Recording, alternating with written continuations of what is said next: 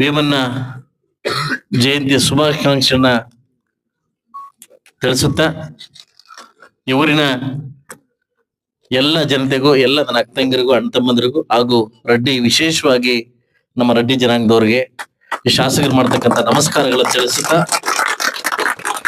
ಇವತ್ತು ದೊಡ್ಡ ಹಬ್ಬವನ್ನು ಮಾಡಿ ಇವತ್ತು ನಿಮ್ಮೂರಿಗೆ ಇವತ್ತೇ ರೋಡ್ ಉದ್ಘಾಟನೆ ಆಗ್ಬೇಕಂತ ಏನ್ ಆಸೆ ಇಟ್ಟಿದ್ರಿ. ನಮ್ಮ ಚಂದ್ರ ರೆಡ್ಡಿ, ನಮ್ಮ ಕೇಶವ ರೆಡ್ಡಿ ಎಲ್ಲ ಸೇರಿ ಇವತ್ತೇ ಹಬ್ಬ ಉದ್ಘಾಟನೆ ಮಾಡ್ಬೇಕಂತಿದ್ದಕ್ಕೆ ಈ ಮಧ್ಯದಲ್ಲಿ ಹೋಗೋಣ ಅಂತ ಅಂದ್ಬಿಟ್ಟು ಇವತ್ತು ಕೋಲಾರದಲ್ಲಿ ನಮ್ಮ ಹೇಮಣ್ಣ ಅವ್ರ ಜಯಂತಿ ದೊಡ್ಡ ಮಟ್ಟಕ್ಕಿದೆ. ಅದಕ್ಕೆ ಇಲ್ಲಿಂದ ಡೈರೆಕ್ಟ್ ಆಗಿ ಹೋಗ್ಬೇಕು. ಅದರಿಂದ ನಾನೇ ಎಲ್ಲ ನಾಯಕರಿಗೂ ಇದ್ ಮಾಡ್ತೇನೆ ಅಂತ ತಗೊಂಡಿದ್ದೀನಿ. ಈ ವೇದಿಕೆಗೆ ಆಗಮಿಸಿದಕ್ಕಂತ ನಮ್ಮ ಡಿ.ಸಿ ಬ್ಯಾಂಕ್ ನಿರ್ದೇಶಕ ರಘುಪತಿ ಸರ್ ಅವರೇ, ಹಾಗೂ ಈ ಪಂಚಾಯತಿಯ ನಮ್ಮ ಆವಣಿ ಪ್ರಧಾನರಾಗಿರ್ತಕ್ಕಂಥ ಮಾಜಿ ಪ್ರಧಾನರಾಗಿರ್ತಕ್ಕಂಥ ಮುನ್ಸಮ್ಮಣ್ಣವರೇ, ಹಾಗೂ ನಮ್ಮ ಗ್ರಾಮ ಪಂಚಾಯತ್ ಅಧ್ಯಕ್ಷ ಆಗಿರ್ತಕ್ಕಂಥ ನಮ್ಮ ಅಮರಮ್ಮವರೇ, ಹಾಗೂ ನಮ್ಮ ಸುಮಿತ್ರಮ್ಮವರೇ, ಈ ಮೆಂಬರ್ ಆಗಿರ್ತಕ್ಕಂಥ ಸುಮಿತ್ರಮ್ಮವರೇ, ಹಾಗೂ ಮುನ್ಸಾಮ್ಗೌಡ್ರೆ, ಹಾಗೂ ಕೊರಳ ಜಗದೀಶ್ ಅವರೇ, ಹಾಗೂ ನಮ್ಮ ಮುನಿಯಪ್ಪಣ್ಣವರೇ, ಹಾಗೂ ಲಕ್ಷ್ಮಣವರೇ, ಕೇಶವ ರೆಡ್ಡಿ ಅವರೇ, ಅಣ್ಣ ಹೆಸರು ವಿಶ್ವನಾಥ್ ರೆಡ್ಡಿ ಅವರೇ, ಪ್ರಭಾಕರ್ ರೆಡ್ಡಿ ಅವರೇ, ವೇದಿಕೆ ಮೇಲೆ ವೇದಿಕೆ ಮುಂಭಾಗದಲ್ಲಿ ಹಸಿರಾಗಿರ್ತಕ್ಕಂಥ ಎಲ್ಲ ನನ್ನ ಮಾಧ್ಯಮ ಮಿತ್ರರಿಗೂ ಅನ್ಸುತ್ತಾ.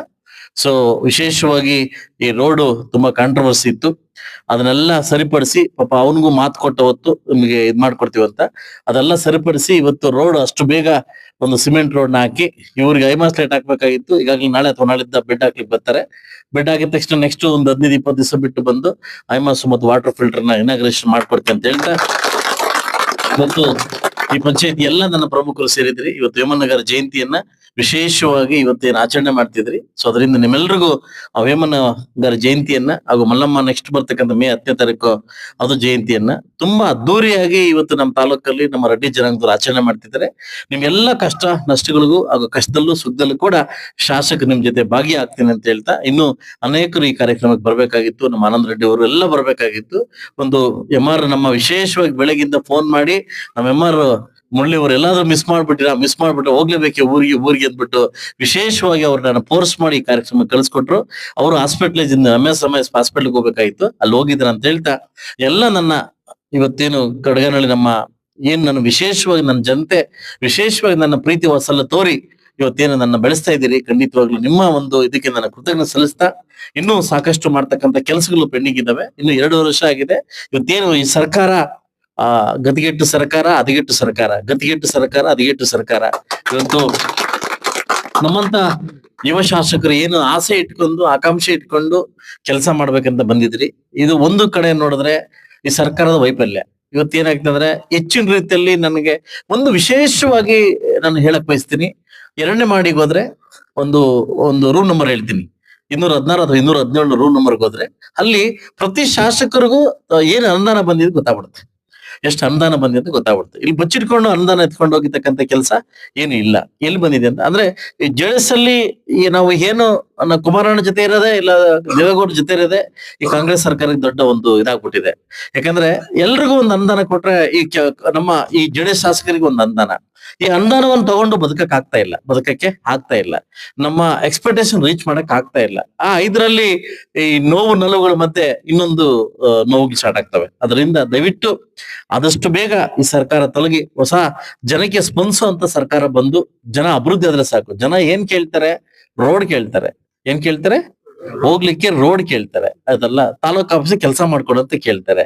ಕುಡಿಲಿಕ್ಕೆ ನೀರ್ ಕೇಳ್ತಾರೆ. ಅದಲ್ವಾ? KBK ಕರೆಂಟ್ ಕೇಳ್ತಾರೆ. ರೈತರು ಏನ್ ಮಾಡ್ತಾರೆ? ಪೋಡಿ ಗಿಡಿ ಕೇಳ್ತಾರೆ, ಖಾತೆ ಗೀತೆ ಇದನ್ ಬಿಟ್ಟು ಏನೋ ಸಿದ್ದರಾಮಯ್ಯ ಆಸ್ತಿ ಕೇಳ್ತಾರೆ, ಸಮೃದ್ಧಿ ಆಸ್ತಿ ಕೇಳ್ತಾರ? ಇಲ್ಲ ತಾನೆ. ಇದನ್ನ ಮಾಡ್ಕಾಡ್ತಕ್ಕಂತ ಶಾಸಕನಾಗಿರ್ಬೋದು, ಸರ್ಕಾರ ಆಗಿರ್ಬೋದು, ಏನಕ್ಕಿರ್ಬೇಕು ಅಂದ್ರೆ, ನಾನು ಪಕ್ಕ ತಾಲೂಕಲ್ಲಿ ಅಬ್ಸರ್ವ್ ಮಾಡಿ ಪಕ್ಕ ತಾಲೂಕಲ್ಲಿ ನೋಡಿದೀನಿ. ಆಯ್ತಲ್ಲ, ಕಾಂಟ್ರಾಕ್ಟರ್ಗಳು ಬಾಂಬೆಕ್ಲು ಆಯ್ತಲ್ಲ, ಕಾಂಟ್ರಾಕ್ಟರ್ ತಮ್ಮನವರು ಅಂದ್ರೆ ಕೆಲಸ ಅಂತ ಬಂದ್ರೆ ಬೇರೆ ಶಾಸಕರು ಇದೇ ಜಿಲ್ಲೆದ ಹೆಸರು ಹೇಳ್ತೀನಿ, ಶಾಸಕರು ಅವ್ರ ಮನೇಲಿ ಬಿಟ್ರೆ ಬೇರೆಯವ್ರಿಗೆ ವರ್ಕ್ ಕೊಡಲ್ಲ. ಇವತ್ತು ಆ ಜಾತಕದಲ್ಲಿ ಆ ಜಾತಿಯಲ್ಲಿ ನಾನು ಹುಟ್ಟಿಲ್ಲ. ಯಾಕಂದ್ರೆ ಇವತ್ತು ನನ್ನ ಹತ್ರ ಇದೆಯೋ ನನ್ನ ಹತ್ರ ಇಲ್ವೋ ಗೊತ್ತಿಲ್ಲ, ಬಟ್ ಹಂಚ್ಕೊಂಡು ನಾನು ಇರ್ತಕ್ಕಂಥ ಇದ್ರಲ್ಲಿ ಮಾಡ್ಕೊಂಡು ಹೋಗ್ತೇನೆ ಹೊರತು ಇವತ್ತು ಆ ಉದ್ದೇಶದಿಂದ ನಾನು ಹುಟ್ಟಿಲ್ಲ. ಖಂಡಿತವಾಗ್ಲೂ ಆ ಭಗವಂತನ ಯೋಗಿ ನಮ್ಮ ಹೇಮಂತ್ ಗಾರು ಕೇಳ್ಕೊಂಡಿದ್ದೀನಿ, ಆದಷ್ಟು ಬೇಗ ಸರ್ಕಾರ ತೊಲಗಲಿ, ಒಳ್ಳೆ ಸರ್ಕಾರ ಜನಕ್ಕೆ ಸ್ಪಂದಿಸಂತದ್ ಬರ್ಲಿ ಅಂತ ಹೇಳ್ತಾ ಮುಂದಿನ ದಿವಸ ಖಂಡಿತವಾಗ್ಲೂ ಒಳ್ಳೇದಾಗ್ಲಿ ಅಂತ ಬಯಸ್ತೀನಿ. ಈಗ ಯಾಕಂದ್ರೆ ನಾನು ಬಯಸಿ ರಾಜಕೀಯಕ್ಕೆ ಬಂದವನಲ್ಲ, ನಾನು ಬಯಸ್ತೆ ಬಂದ ರಾಜಕೀಯಕ್ಕೆ ಬಂದವನು. ಆದ್ರೆ ನಾನು ಕೂಡ ರಾಜಕೀಯದಲ್ಲಿ ಹೊಸಬನೇ.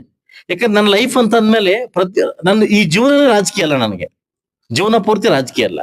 ನನ್ನ ಜೀವನದಲ್ಲಿ ಒಂದು ಪಾರ್ಟ್ ರಾಜಕೀಯ ಅಷ್ಟೇ. ನನಗೆ ಒಂದು ಪಾರ್ಟ್ ರಾಜಕೀಯ. ನಿಮ್ದೇ ಇರ್ತಕ್ಕಂಥ ಒತ್ತಡಗಳು, ಕೆಲಸಗಳು, ಹೆಂಡತಿ ಮಕ್ಕಳು ಎಲ್ಲ ಇರ್ತಾರೆ. ಹಂಗೆ ನನಗೂ ಹೆಂಡತಿ ಮಕ್ಕಳು, ಒತ್ತಡ, ಕೆಲಸ, ಕಾರ್ಪಣ್ಯ ಎಲ್ಲ ಇರ್ತದೆ. ನಾನು ವರ್ಷಕ್ಕೆ 3-4 ಕೋಟಿ ಇನ್ಕಮ್ ಟ್ಯಾಕ್ಸ್ ಕಟ್ಬೇಕು ನಾನು, ಅದಲ್ವಾ? ಯಾಕಂದ್ರೆ ನನ್ನ ಬಿಸ್ನೆಸ್, ನನ್ನ ಎಂಪ್ಲಾಯೀಸ್, ಅವ್ರ ಸ್ಯಾಲ್ರಿ ಎಲ್ಲ ನೋಡ್ಬೇಕು. ಆ ಮಧ್ಯದಲ್ಲಿ ನಾನು ರಾಜಕೀಯ ಕೂಡ ನೋಡ್ಬೇಕು. ಹಂಗಂದ್ಬಿಟ್ಟು ಕೆಲವ್ರು ಇರ್ತಾರೆ ರಾಜಕೀಯ 24 ಗಂಟೆ ರಾಜಕೀಯ. ಯಾಕಂತಂದ್ರೆ ನಂಗೆ ಗೊತ್ತಿಲ್ಲ, ಸಾಕಷ್ಟು ಜನ ಆಮೇಲೆ ನೋಡಿದೀನಿ. ಈ ರಾಜಕಾರಣ ಹೆಂಗೆ ಅಂದ್ರೆ 24 ಗಂಟೆ ರಾಜಕೀಯ ಮಾಡೋರಿಗೆ ರಾಜಕೀಯ ಆಗಿರ್ತದೆ. ಯಾಕಂದ್ರೆ ನನ್ನ ಲೈಫ್ ಅಲ್ಲಿ ಒಂದು ಪಾರ್ಟ್ ಅಷ್ಟೇ ಇದು, ಒಂದು ಪಾರ್ಟ್ ಆಫ್ ನನ್ನ ರಾಜಕೀಯ ಅಷ್ಟೇ. ಅದರಲ್ಲಿ ದುಡ್ಡು ಮಾಡ್ಬೇಕು ಅಂತ ಈ ಮುಳಬಾಗ ನಾನು ಬಂದಿಲ್ಲ, ದುಡ್ಡು ಮಾಡ್ತಕ್ಕಂತ ರೂಟ್ಗಳು, ಮಾಡ್ತಕ್ಕಂತ ಬಿಸ್ನೆಸ್ ಬೇರೆ ಇದಾವೆ, ಅದ್ ಮಾಡ್ಕಂತೆ. ಒಂದು ಸೇವೆ ಮಾಡ್ಬೇಕು, ನಿಮ್ಮೆಲ್ಲರೂ ಸೇವೆ ಮಾಡ್ಬೇಕು. ನನ್ನ ಪಕ್ಷ JDS ಪಕ್ಷ ನಾನು ಬೆಳೆಸೋರಿ 15 ವರ್ಷಗಳಿಂದ ಅಧಿಕಾರ. ಆಲೂರು ಸಿನ್ನಪ್ಪ ಹೋದಾಗಿಂದ, ಅಣ್ಣ ಹೋದಾಗಿಂದ ನಮಗೆ ಅಧಿಕಾರ ಇಲ್ಲ. ಆದ್ರೂ ಕೂಡ ಸಣ್ಣ ಪಟ್ಟ ಅವ್ರಿಗೆ ಅಧಿಕಾರ ಕೊಡ್ಬೇಕು. ಮುಂದವ್ರೆ, ಸೋತವ್ರೆ. ಇವತ್ತು ನೀವು ಬೇಕಾದ್ರೆ ಅಬ್ಸರ್ವ್ ಮಾಡಿ ಯಾರಾದ್ರೂ ಗೆದ್ದ ಮೇಲೆ ಬಸ್ಲಾಗ್ತಾರ? ಹಾಕಲ್ಲ. ನಾನು ನನ್ನ ತಾಯಂದ್ರಿಗೆ ಮಾತು ಕೊಟ್ಟಿದ್ದೀನಿ, ಏನಂತಂದ್ರೆ ನಾನು ನಿಮ್ ಜೊತೆ ಇರೋ ತನಕ ಈ 5 ವರ್ಷ ಖಂಡಿತವಾಗಿ ಬಸ್ ಹಾಕ್ತೇನೆ ಅಂತ ಹೇಳಿದೀನಿ. ನಾನು ಸೋಲ್ಲಿ, ನಾನು ಗೆಲ್ಲಿ, ನಾನು ಇರ್ಲಿ, ನಾನು ಇಲ್ದೇ ಇರ್ಲಿ, ಇವತ್ತು ಸಾಲ ಮಾಡಿದ್ರೆ ಹಾಕ್ತೀನಿ. ಯಾಕೇಳಿ ನಾನು ಮಾತು ಕೊಟ್ಟಿದ್ದ ನನ್ನ ಕಾರಣಕ್ಕೋಸ್ಕರವಾಗಿ, ಇಲ್ಲಿಂದ ದೋಚ್ಕೊಂಡು ಹೋಗ್ಬೇಕು, ಇಲ್ಲಿಂದ ಎತ್ಕೊಂಡು ಹೋಗ್ಬೇಕು ಅನ್ನೋ ಪರಿಸ್ಥಿತಿ ನಾನು ನಿಮ್ಮ ಬಾಗಿಲು ಬಂದಿಲ್ಲ. ಸೊ ಅದರಿಂದ ಇವತ್ತು ನನ್ನ ನಂಬ್ಕೊಂಡಿರ್ತಕ್ಕಂಥ ಏನು ಸೆಕೆಂಡ್ ಲೆವೆಲ್ ಲೀಡರ್ಸ್ ಇರ್ಬೋದು, ಫಸ್ಟ್ ಲೆವೆಲ್ ಲೀಡರ್ಸ್ ಇರ್ಬೋದು, ಖಂಡಿತವಾಗ್ಲೂ ನಿಮ್ಮನ್ನ ದಡ ಸೇರಿಸೇ ಹೋಗ್ತೀನಿ, ನಿಮ್ ದಡ ಮುಡ್ಸೇ ಹೋಗ್ತೀನಿ. ನನ್ನ ಹತ್ರ ಅಧಿಕಾರ ಇರ್ಲಿ, ಅಧಿಕಾರ ಇಲ್ಲದೆ ಹಣ ಇರ್ಲಿ, ಹಣ ಇಲ್ಲದೆ ಹೋಗ್ಲಿ, ನಾನು ನಿಮ್ಮನ್ನ ಸೇರಿಸೇ ಹೋಗ್ತೀನಿ. ನಾನು ಇವತ್ತು ನಾನು ಮಾತು ಹೇಳ್ತೀನಿ, ನಾನು ಮುಂದಿನ ದಿವಸ ರಾಜಕಾರಣದಲ್ಲಿ ನನಗೆ ಗೊತ್ತಿಲ್ಲ ನನ್ನ ಭವಿಷ್ಯ. ನಾಳೆ ಬಗ್ಗೆ ಯಾರು ಮಾತಾಡ್ಲಿಕ್ಕೆ ಆಗುದಿಲ್ಲ. ಯಾಕೇಳಿ, ನಾಳೆ ನಮ್ಮ ಕೈಯಲ್ಲಿ ಇಲ್ಲ. ರಾತ್ರಿ ನಾವು ಮಲಗ್ತೀವಿ, ಏನಕ್ಕೆ? ಬೆಳಗ್ಗೆ ಎದ್ದೇಳ್ತೀವಿ ನಂಬಿಕೆಗೋಸ್ಕರ. ಎಷ್ಟು ಜನ ನೈಟ್ ಮಲಗಿರೋದು ಹೋಗಿಲ್ಲ, ಎಷ್ಟು ಸಾವಿರಾರು ಜನ, ಲಕ್ಷಾಂತರ ಜನ ನೈಟ್ ಮಲಗಿದ ಜಾಗದಲ್ಲಿ ಹೋಗಿಲ್ಲ. ಅವರೆಲ್ಲ ಬೆಳಗ್ಗೆ ಹೇಳಿರ್ತಾರೆ ಟಿಫನ್ ಏನ್ ಬೇಕು ಅಂತ. ನಮ್ ಟಿಫನ್ ಇದೇ ಬೇಕು ಅಂತ ಹೆಂಡತಿ ಹೇಳಿರ್ತಾಳೆ, ಅದಲ್ಲ ಟಿಫನ್ ತಿಂತೀವಿ ಅಂತ ಮಲಗಿರ್ತೀವಿ. ನಾವ್ ಎದ್ದೇಳ್ತೀವ? ಎಲ್ರ ಜೀವನನೂ ಇಷ್ಟೇನೆ. ನಾವಿವತ್ತು ಹುಟ್ಟಿದೀವಿ, ಗ್ಯಾರಂಟಿ ಒಂದಲ್ಲ ಒಂದ್ ದಿವಸ ನಾವು ಸಾಯ್ತೀವಿ. ಆ ಹುಟ್ಟು ಸಾವಿರ ಮಧ್ಯೆ ಜೀವನ ಇದೆಯಲ್ಲ, 4 ಜನ ಮೆಚ್ಚುವಂತ ಜೀವನ ನಾವು ಮಾಡ್ಬೇಕು. ಬದುಕಿದ್ರೆ ಹಿಂಗ್ ಬದುಕ್ಬೇಕಪ್ಪ, ಸತ್ರ ಹಿಂಗ್ ಸಾಯ್ಬೇಕಪ್ಪ ಅಂತ ಹೇಳ್ತಕ್ಕಂಥ ಕರ್ತವ್ಯದ ಬದುಕ್ಬೇಕು. ನಾನು ಎಲ್ರಿಗೂ ಹೇಳೋದಂದೆ, ನಿಮ್ದೇ ಅಂತ ಒಂದು ಜೀವನ ಇದೆ, ಆ ಜೀವನ ರೂಪಿಸ್ಕೊಳ್ಳಿ. ಬರೀ ರಾಜಕೀಯ ಜೀವನ ಅಲ್ಲ. ನಾನು ಎಷ್ಟೋ ಜನ ಯುವಕರು ಹೇಳ್ತೀನಿ, ರಾಜಕಾರಣ ದಯವಿಟ್ಟು ಇಂಥ ಹೊಲಸು ರಾಜಕಾರಣಕ್ಕೆ ಬರಬೇಡಿ ಅಂತ ಹೇಳ್ತೀನಿ. ಯಾಕೆ ಹೇಳಿ? ಇವತ್ತು ರಾಜಕಾರಣ ಹದಗೆಟ್ಟೋಗಿದೆ. ನಾಳೆ ಅನ್ನೋ ಪದ ಇಲ್ಲ, ನೆನ್ನೆ ಪದ ಕಳ್ಸೋಗ್ಬಿಟ್ಟಿದೆ, ಆಯ್ತಲ್ವಾ? ಸೊ ಅದರಿಂದ ಮುಂದಿನ ದಿವಸದಲ್ಲಿ ಎಲ್ರಿಗೂ ಒಳ್ಳೇದಾಗ್ಲಿ. ಆ ಮರಡು ಕೃಪೆಯಲ್ಲಿ ಕೇಳ್ಕೊಂತೀವಿ. ಮಳೆ ಬಿಂದು ರೈತನ ಒಂದು ಜೀವನದಲ್ಲಿ ಒಳ್ಳೆ ರೈತ ಚೆನ್ನಾಗಿದ್ರೆ ಮಾತ್ರ ಎಲ್ಲ ಚೆನ್ನಾಗಿರಕ್ ಸಾಧ್ಯ ಅಂತ ಹೇಳ್ತಾ, ವೇಮನಗಾರ ಜಯಂತಿ ಇವತ್ತು ವಿಶೇಷವಾಗಿ ನನ್ನ ತಾಲೂಕಲ್ಲಿ ವಿಜೃಂಭಣೆಯಿಂದ ನಡೀತದೆ. ಎಲ್ರಿಗೂ ನನ್ನ ಕಡೆಯಿಂದ, ನನ್ನ ಪಕ್ಷದ ಕಡೆಯಿಂದ, ತಾಲೂಕು ಆಡಳಿತ ಕಡೆಯಿಂದ ವೇಮನಗಾರ ಜಯಂತಿ ಎಲ್ಲ ರೆಡ್ಡಿ ಜನಾಂಗ ಕೂಡ ವಿಶೇಷವಾಗಿ ಕೃತಜ್ಞತೆಗಳು ಹಾಗೂ ಜಯಂತಿ ಶುಭಾಶಯ ತಿಳಿಸ್ತಾ, ಇವತ್ತನ್ನ ಕರೆದು ಇಷ್ಟು ಸನ್ಮಾನ ಮಾಡಿ ನನಗೆ ಬರಮಾಡ್ಕೊಂಡಿದ್ದಕ್ಕೆ ನಿಮ್ಮೆಲ್ಲರಿಗೂ ಹೊಂದಿಸ್ತಾ, ನಾನು ಕೋಲಾರ ಜಿಲ್ಲಾ ಮಟ್ಟಕ್ಕೆ ಹೋಗ್ಬೇಕಾಗುತ್ತೆ, ನಾನು ಕೇಶವ ರೆಡ್ಡಿ ಎಲ್ಲ ಹೋಗ್ಬೇಕಾಗುತ್ತೆ. ಅದರಿಂದ ಇಲ್ಲಿಂದ ನಾನು ದೊಡ್ಡ ಕಾರ್ಯಕ್ರಮ ತೆರಳ್ತಾ ಇದ್ದೆ ಅಂತ ಹೇಳ್ತಾ, ತಮ್ಮೆಲ್ಲರಿಗೂ ಮತ್ತೊಮ್ಮೆ ಒಂದಿಸ್ತಾ ನಾನು ಮಾತು ಮುಗಿಸ್ತಾ ಎಲ್ರಿಗೂ ಒಳ್ಳೆದಾಗಿ.